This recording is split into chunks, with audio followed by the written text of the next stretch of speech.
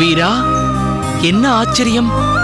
நேற்றுதான் நெடுநாட்களாக உன்னை பார்க்கவில்லையே என்று நினைத்தேன். அப்படியா?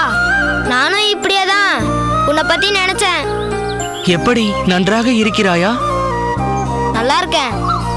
உன்னை பார்க்காம இருந்ததுதான் குறையே தவிர வேற குறையே இல்ல. மன்னித்துக்கொள் வீரா, வெகு நாட்களாக நான் கோவிலுக்கு வரவில்லை.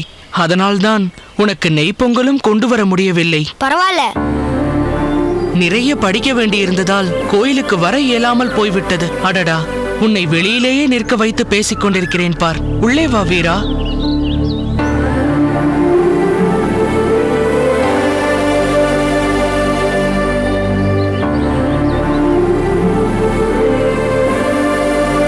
வா.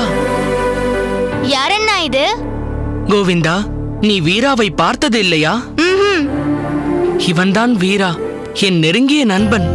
வீரா, இவன் என் தம்பி கோவிந்தன், என் சித்தி பிள்ளை.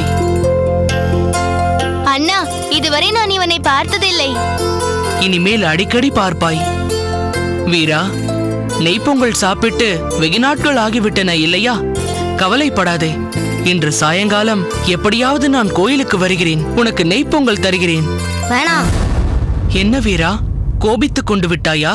இல்ல, நீயும் அதை சாப்பிட்டு ரொம்ப நாள் ஆயிடுச்சு, அப்படிதானே? ஆமாம். அதனால் என்ன?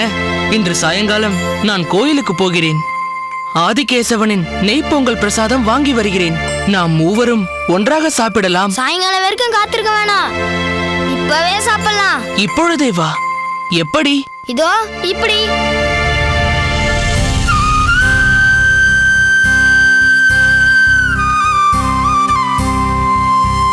எங்க வீட்ல செஞ்சாங்க, உனக்காக நான் கொண்டு வந்திருக்கேன். வீரா, வா வா. எப்போது வந்தாய்? இப்பதான் வந்தேன். நன்றாக இருக்கிறாயா?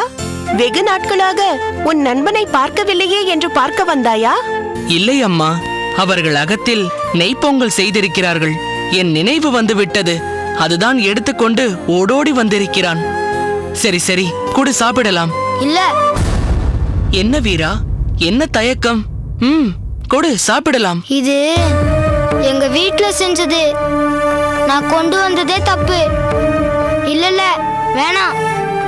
என்ன வேண்டாம்? பெருமாளுக்கு இது ரொம்ப பிடிக்கும்னு நீ சொன்னல, நான் மண்ணாலேயே ஒரு பெருமாள் சிலையை செஞ்சு வச்சிருக்கேன். இது எங்க வீட்ல செஞ்சாங்களா,